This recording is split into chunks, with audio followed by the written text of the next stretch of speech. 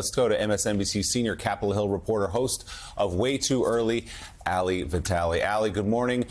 Busy morning already as we count these election results, and you look at it from the Washington angle, from the congressional angle. The shutdown obviously played a big part when we think especially about Virginia and those northern Virginia suburbs of Washington, which are kind of de facto parts of Washington.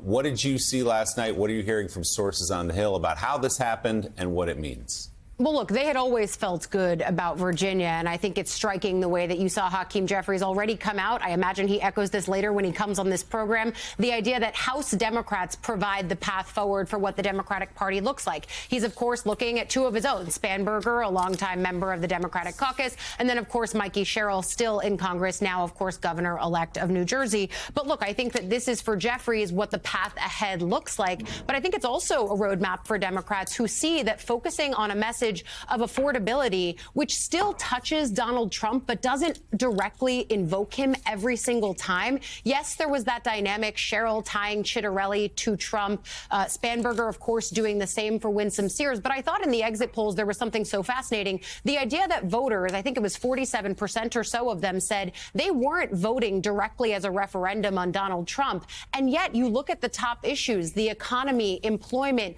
basic kitchen table issues. Those are issues that Donald Trump put his stamp directly on, especially for voters in Virginia, who, whether they were talking about it through the lens of DOJ or through the lens of this current government shutdown, there are so many federal workers in that state. If you're not one of them, you know them. They might be family. They might be friends. They might just be someone in your community. That was an issue that was so centrally baked in the cake. And so for Spanberger, she was able to say that this was a referendum, even without saying that it was directly a referendum on Trump. And you saw her bipartisan message. Barnacle and I talked this morning about the way that she really brings such authenticity. But I also think in these election results, it allows us to sort of disrupt something that's been bubbling on the Democratic side. And I think many of us have heard this idea of female electability and these candidates of can they win? It dogs women every time. I wrote a book about it. It drives me nuts. But the proof here is that when women run, they can win. And this is really just as simple as that. If you want women to win, you just got to vote for them. And so I think for Spanberger and Sherrill alike,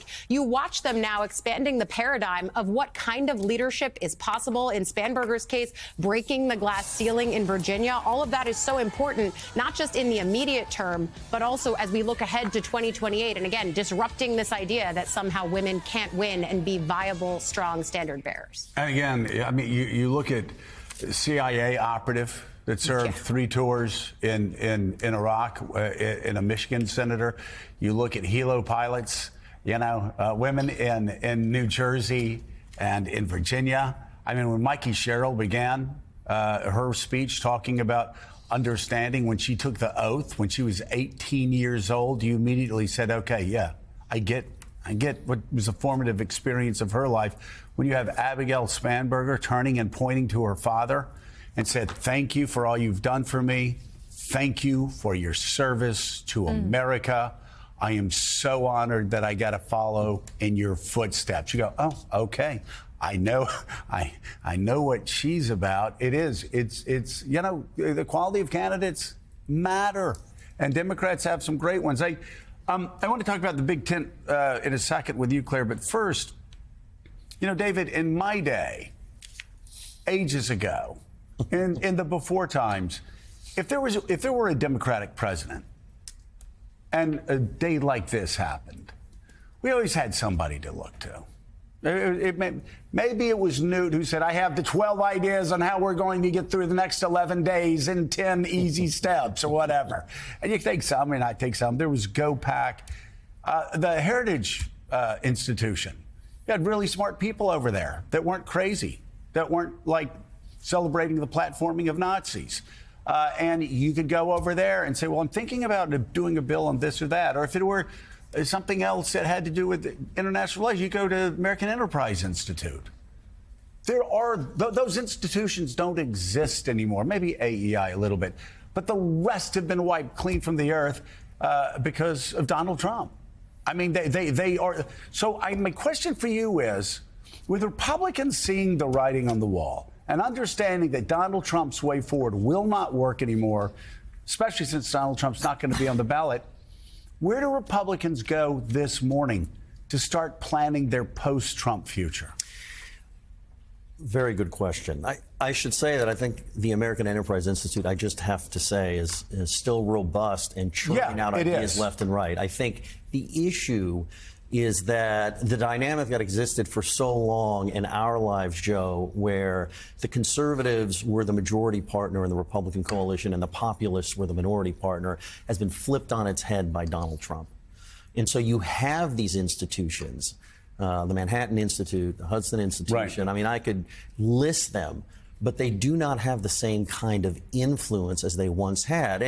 Well, in part because they're all scared of Donald Trump. I actually saw this when I went out to Stanford a couple of years ago. At the Hoover Institution. And one of the greatest conservatives, Hoover Institution, they could get speakers, but those speakers couldn't push too hard against Donald Trump, or all the funding would go. Well, I think the problem, though, too, is that Republican members of Congress, right? I mean, when you talk about the dynamic of Newt Gingrich saying, all right, here's our 10-point plan and here's what we're going to do. When you have a Republican president who has such a hold over the party because his relationship with Republican voters remains so strong and visceral, right? Republican voters, by and large, really like Trump. The same way Zohran Mamdani spoke to Democrats looking for leadership, that's how Republican voters still feel about Trump. And so it is hard for these institutions to have influence, right, because Republican members of Congress are going to look to Trump and they're going to say to themselves, even this morning, they're going to say, wait, I'm going to lose my election next year, and I'm going to sit back while they continue to have masked people grabbing brown people off the street. It's going to impact. Do you remember, Claire will remember this, but in approaching the 2006 elections, when Republicans in the Senate and the House started to break. That was one of Claire's good ones, by the way. Go ahead. Started to break with George. It was a good year. That's why I knew you'd remember it. Very good year. His name was Aiken, but go ahead. No, that was 12. Was that 12? 6 was talent. Oh, it was even harder. Okay. Goodness. Right. We remember the Super Bowls we win, not the ones we lose. Yeah, exactly. Right? And Republicans started to break with George W. Bush on the Iraq War. Gordon Smith, senator from Oregon, gives this big speech. Right, so you can see, we may see the beginning of some breaks, but Bush at that time did not have the relationship with Republican voters the way Trump does. I will say, though, you are exactly right. You could not go against George W. Bush on Iraq in 2004. Correct. You could not. But he was also riding high in 2004, and he was winning. But you could go. Great point. In 2006, a lot of Republicans said, "No, I'm not going down with this." Right. So what do we? Here's what you will see. I think is I'm sure at this breakfast today at the White House, Trump's going to tell Majority Leader Thune and the rest of them get rid of the filibuster. And I think whatever threat he makes about going into their states and making life hell for them, I think they're going to look at what happened last night and say, we didn't want to get rid of it anyway. We're not getting rid of it. You're starting to see some criticism of the Pentagon from Tom Cotton, from Dan Sullivan, a bunch of Republican senators unhappy with parts of the administration. So you'll see that. But the kind of sort of separation and rebuke you're looking for, they're going to ride this out at least through primary season. Right. I think, by the way, it has to be said, I spent the last couple of days in New Jersey, and a grizzled old Democrat comes up to me last night in East Brunswick. I was with the Sherrill campaign, and he's like, Donald Trump gave us an in-kind contribution. I thought we could win. I didn't expect the breadth of the victory that we had. And he said Sherrill was underestimated. She really knew how to connect with people. To your point about candidates mattering, it is a really big deal when you speak to people's concerns. Yeah. And again, he's a wrecking ball. The Gateway Tunnel, I can't stress enough, is something I grew up in New Jersey. They've been talking about for 40 years, and they finally got it. They're ready to drill and bore and get commuters into the city safer and faster and create a ton of jobs. And he said, it's done. Because I'm mad at Chuck Schumer, we're not doing that anymore. And they went, what? He gleefully bragged about it and talked about Darth Vader and said, I may do more of this. Just a huge misstep and another in-kind contribution to Mikey Sherrill. One other thing to sprinkle in here, Dave Weigel. CNN poll came out yesterday, put Donald Trump's approval rating at 37%, 63% disapproval, and importantly, for the results we saw last night, 68% of people in that CNN poll say the state of the country is bad. 72% say the state of the economy is bad. And of course, that was their number one issue last night, the economy. Yes, I think, and David Drucker was talking about this, there was a sense of suspension of reality and belief around Donald Trump ever since November 2024. It looks like the poll might say that he's unpopular. Poll might say that people are worried about the economy. But really, do they want Democrats to come in and fix this? Really, do they trust them? That mindset is changing. But Trump has, I think, changed politics in a number of ways this year. I'm still agog, not just at Jay Jones winning, but remember how that story played out. It was a Republican colleague of Jay Jones in Richmond who had these texts from him in 2022. National Review confirmed them. She shared them. Jay Jones won. He won bigger than Kamala Harris did 1 year ago in Virginia. That his colleague lost. And I'm thinking of these Democrats who have watched for a year, not just to be told that Trump is president, but be mocked by Donald Trump, be told if they're angry that they're crazy, log on and see the president sharing AI images, making fun of them, dropping feces on them.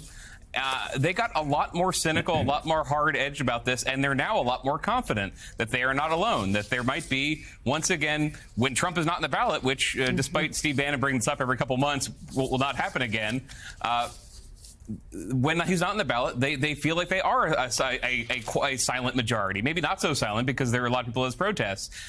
Things have changed a lot, and people are going to start looking, I think, as they try to recruit candidates for the midterms. Republicans wonder if they're going to run again. They will look at these polls and say there is not magic that erases all these numbers we're seeing. There is not something that we're missing that convinces voters that prices not going down is actually not a problem. We might be onto something. We might have a winning political message. That it really does change things. And is it good that voters say in Virginia say they're okay with what Jay Jones texted? I don't think so, but it's in the context of Donald Trump getting away with a lot over a very long time and Democrats getting tired of it.